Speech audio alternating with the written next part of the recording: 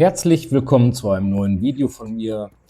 In dem heutigen Video geht es darum, die Vanos-Magnetventile, die Steuereinheiten der variablen Nockenwellenversteller zu reinigen.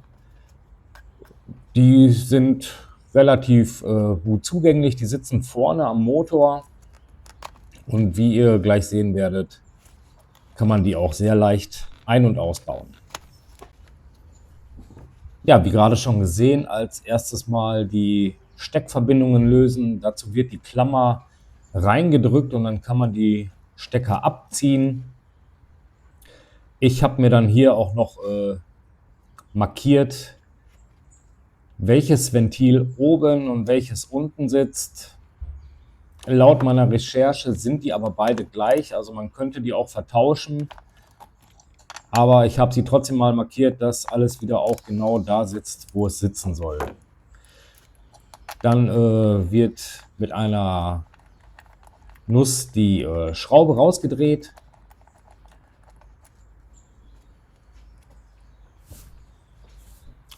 Und dann kann man die Magnetventile auch schon einfach herausziehen. Ein bisschen drehen vielleicht und leicht ziehen.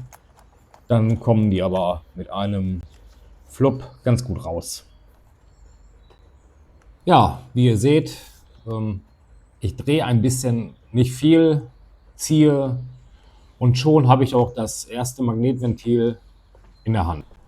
Achtet darauf, dass ihr den O-Ring und den Kunststoffring mit herausnehmt. An dieser Stelle möchte ich einmal kurz erwähnen, dass ihr dieses Video ruhig gerne liken könnt. Darüber würde ich mich sehr freuen. Wenn euch das gefällt, was ihr hier bei mir seht, dann lasst doch bitte ein Like da. Und ein Abo wäre auch ganz toll. Das ist kostenlos natürlich. Da würde ich mich auch sehr drüber freuen. Für die Reinigung habe ich die O-Ringe natürlich runtergenommen und mir natürlich auch neue besorgt. Die alten werde ich nicht mehr benutzen. Und das Magnetventil habe ich vorher auch noch getestet. Dafür habe ich einmal 12 Volt draufgegeben. Hier hört man sehr schön, dass das Magnetventil schaltet. Da müsst ihr auch nicht auf Plus und Minus achten. Es funktioniert an beiden Polen. Jetzt kommen wir zu der Reinigung. Ich habe im Internet viele Videos schon gesehen, wie die Ventile einfach in Waschbenzin gelegt werden und halt durch die 12 Volt Betätigung geschaltet werden, dass die sich dann reinigen. Das habe ich natürlich auch einmal ausprobiert, war von dem Ergebnis aber überhaupt nicht überzeugt. Und deshalb habe ich mich entschieden, doch eine Lösung anzumischen für das Ultraschallbad und habe meine Magnetventile im Ultraschallbad gereinigt, was natürlich viel intensiver und effektiver ist. Also von dieser Waschbenzinlösung kann man vielleicht machen, aber würde ich von abraten. Ich bevorzuge da lieber die richtige Ultraschallreinigung, weil das Ergebnis einfach viel besser ist. So sehen meine Ventile jetzt nach der Ultraschallreinigung aus. Jetzt werde ich die neuen O-Ringe wieder aufsetzen, ordentlich schön mit Öl einreiben und dann geht es auch schon wieder zum Einbau der Ventile. Die werden dann auch wieder hineingesteckt und mit der Schraube gesichert. Es versteht sich natürlich von alleine, dass vorher der Sitz der Ventile einmal gereinigt worden ist, also dass man da schön sauber macht, damit hinterher die O-Ringe auch wieder alles schön abdichten.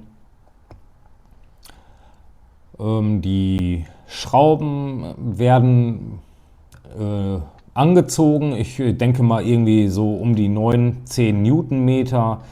Die braucht man nicht allzu fest machen, die haben ja nicht wirklich was zu halten. Die sorgen ja nur dafür, dass das Ventil im Motorblock sitzen bleibt. An dieser Stelle würde mich natürlich mal interessieren, schreibt mal in die Kommentare, habt ihr eure Ventile auch selber gereinigt?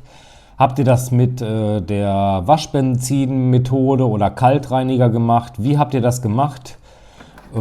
Schreibt auch ruhig mal in die Kommentare, ob euch dieses Video gefällt. Und wie gesagt, wenn es gefällt, dann gerne ein Like da lassen.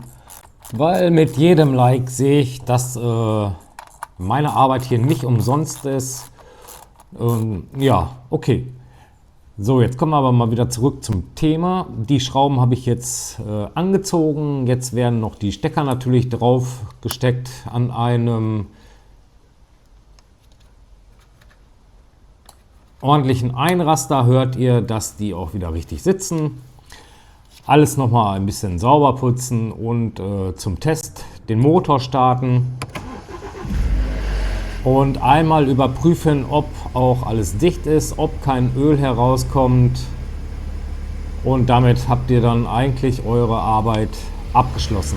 Ich bedanke mich fürs Zuschauen und denke mal, es werden noch andere Videos folgen über kleinere Reparaturen. Ihr könnt ja immer mal wieder gerne reinschauen. Bis dann!